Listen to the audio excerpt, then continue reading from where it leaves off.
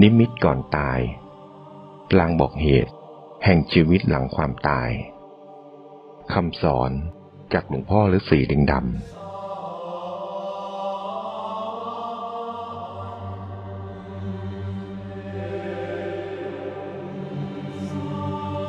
กัมมุนาวัตติโลโก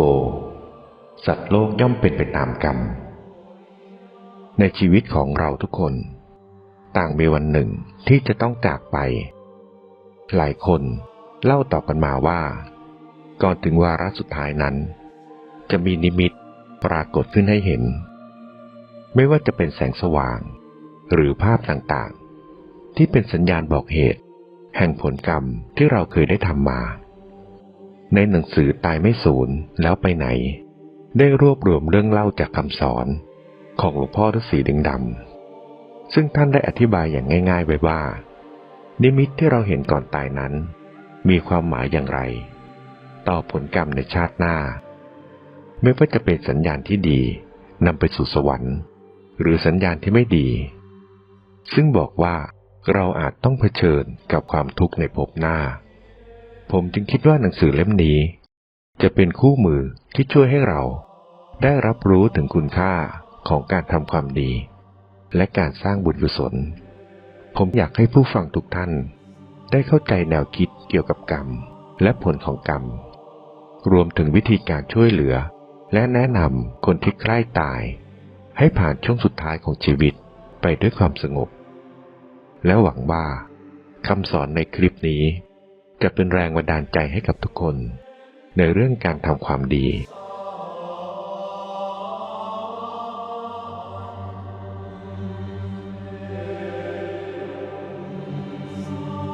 จากหนังสือตายไม่สูญแล้วไปไหนของหลวงพ่อฤาษีลิงดำท่านได้กล่าวไว้ว่าตามหนังสือโบราณท่านจะเขียนเอาไว้คนก่อนจะตายต้องเห็นนิมิตสมัยหลวงพ่อปานท่านก็เขียนไว้บอกว่าลอกมาจากตำรับตำราท่านบอกว่า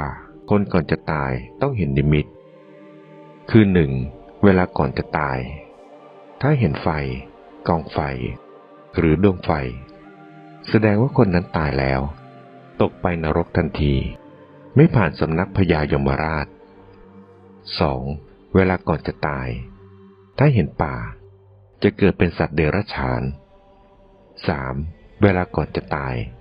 ถ้าเห็นก้อนเนื้อจะเกิดเป็นคน 4. เวลาก่อนจะตายถ้าเห็นสิ่งที่เป็นบุญเป็นกุศลเช่นของที่เราเคยให้ทานหรือวัดที่เราเคยทำบุญ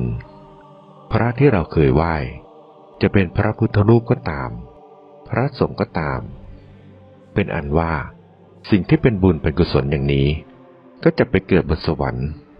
คือไปสู่สุคติตามที่หลวงพ่อปานท่านเขียนมาอย่างนี้อาตมาไม่ใช่ต้องการพิสูจน์แต่ได้ไปประสบเข้าโดยคาดไม่ถึงนั่นก็คือมีเพื่อนอยู่คนหนึ่งชื่อจวนนามสกุลจำไม่ได้อยู่จังหวัดพระนครศรีอยุธยาเวลานั้นสมัยสงครามโลกครั้งที่2สมัยท่านจอมพลแปลกพิบูลสงครามเป็นนายกรัฐมนตรีได้เกณฑ์คนไปทำงานที่จังหวัดเพชรบูรณ์ต้องการจะเอาคนงานทั้งหมดเป็นทหารต่อต้านญี่ปุ่นคุณจวนก็ไปทำงานที่นี่ด้วยเมื่อเลิกสงครามก็เลิกทำงานกลับมาก็ปรากฏเป็นโรคไข้ต่อมาก็เป็นวัณโรคคือเป็นโรคฝีในท้องเป็นโรคปอดวันสุดท้ายของชีวิตของเธออาตมาไปเทศที่จังหวัดสุพรรณบุรีพอดีกลับมามีคนเขาบอกว่าจวนป่วยหนักประมาณ4 โมงเย็นอาตมานิมนต์พระไปเป็นเพื่อนอีก4 องค์ที่นำพระไปด้วยก็คิดว่าคนป่วยหนักถ้าเห็นพระอาจจะเป็นมงคลก็ได้เพราะตามตำราท่านบอกว่าถ้าเห็นสิ่งที่เป็นกุศลคนนั้นจะไปสวรรค์พอไปถึงคุณจวนก็อาการหนักจริงๆหายใจช้าๆแล้วก็เบาลงเบาลงอาตมาไปนั่งข้างๆเรียกชื่อจวนจำฉันได้ไหมท่านเหลียวหน้ามาพยักหน้าตอบว่าจำได้แต่เสียงเบามากจึงถามเธอไปว่า เวลานี้เห็นอะไรไหมไม่ใช่เห็นฉันนะมีภาพอะไรลอยข้างหน้าบ้างท่านก็ตอบว่าเวลานี้มีภาพไฟลอยข้างหน้าท่านก็แสดงอาการหวาดกลัวไฟมากเมื่อฟังเช่นนั้นก็ตกใจคิดว่าถ้าจะไม่ได้การแล้วนิมิตอย่างนี้ถ้าเห็นแล้วไปนรกทันทีก็คิดอะไรไม่ถูกจึงถามว่าจวนภาวนาพุทโธได้ไหมเธอสายหน้าบอกว่าคิดไม่ออกอาตมาจึงหันไปถามภรรยาท่านว่ามีสตางค์ไหมเธอก็ตอบว่ามีก็เลยบอกว่าถ้ามีแล้วก็ขอสัก20 บาทได้ไหมเธอก็นำธนบัตรใบละ20มาให้อาตมาก็นำไปใส่มือจวนเอามือทั้งสองประกบกันในท่าพนมมือแล้วบอกว่าจวนเอาอย่างนี้นะ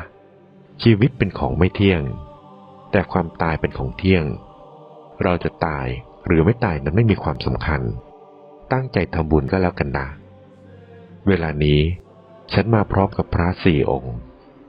ขอจวนตั้งใจชำระหนี้สงฆ์ให้คิดว่าของต่างๆในวัดทั้งหลายที่มีพระสงฆ์ก็ดีหรือไม่มีพระสงฆ์ก็ดีเป็นวัดร้างมีพระพุทธรูปก็ดีหรือเป็นวัดร้างไม่มีพระพุทธรูปก็ดีหรือเป็นที่ธรณีสงฆ์ไม่มีสภาพเป็นวัดก็ตามเราไปนำอะไรมาจากที่นั่นก็ตามจะเป็นของหนักก็ดีของเบาก็ดีของน้อยก็ตามของมากก็ตามมีค่ามากก็ตามมีค่าน้อยก็ตามขอชำระหนี้สงฆ์ด้วยเงิน20 บาทท่านก็พูดเบาๆตามแล้วก็น้อมทำท่าผงกศีรษะนิดหน่อยก็เลยบอกพระ4 องค์ว่าคุณทั้งหลายได้เห็นชอบแล้วสาธุพร้อมกันนะพระทั้งหลายก็สาธุพร้อมกันพอพระสงฆ์สาธุพร้อมกันรู้สึกว่าจิตใจของท่านสดชื่นขึ้นมามาก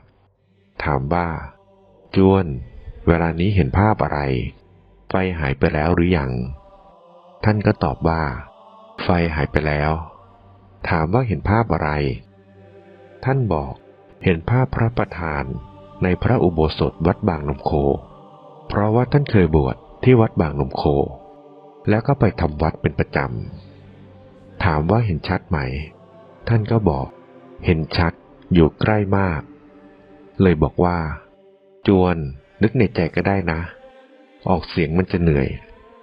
นึกภาวนาในใจว่าพุทโธแทนที่ท่านจะนึกในใจกราบออกเสียงว่าพุทโธพุทโธพุทโธพุทโธเบาๆว่าไปสัก3-4 ครั้งรู้สึกว่าหายใจเบาลงแต่ว่ามีเสียงเล็กน้อยถามว่าจวนเวลานี้เห็นพระไหมท่านก็ตอบว่าเห็นพระถามว่าชัดขึ้นไหมท่านก็ตอบว่าชัดเจนแจ่มใสมากสุขสว่างใสกว่าเดิมมากเลยบอกว่าถ้าอย่างนั้นนึกถึงพระเป็นที่พึ่งนะนึกถึงว่าเวลานี้เราอยู่กับพระพุทธเจ้าภาพที่เห็นคือภาพพระพุทธเจ้าพระพุทธเจ้าท่านมาสงเคราะห์จะหายจากโรคถ้าจะเป็นต้องตายก็ไปสวรรค์ท่านยิ้มนิดหนึ่งแล้วบอกว่า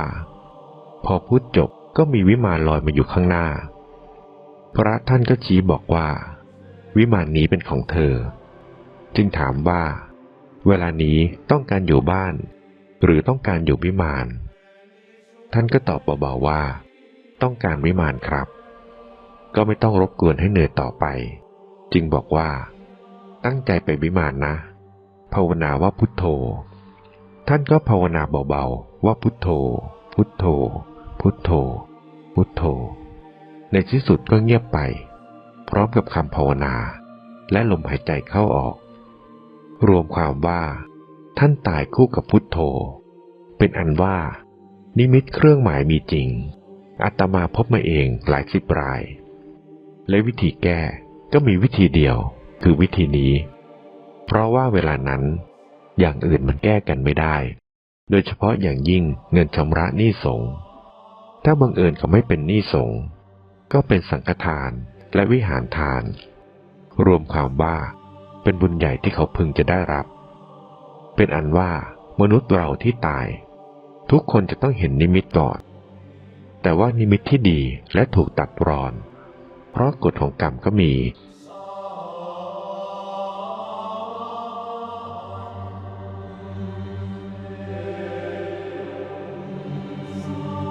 ผมอยากจะให้พวกเราทุกคนมองว่าการที่เราได้เกิดมานี้เป็นโอกาสในการทำความดีสร้างบุญสร้างกุศลเพราะเมื่อเวลาของชีวิตเราหมดลงสิ่งที่เราได้ทำไว้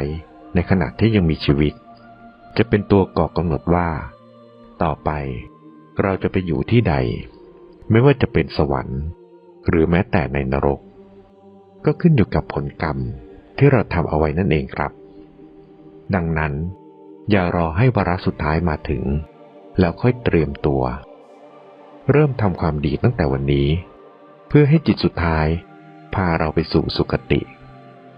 ลองนำไปปฏิบัติกันดูนะครับชีวิตจะได้ดีทั้งในชาตินี้และชาติหน้า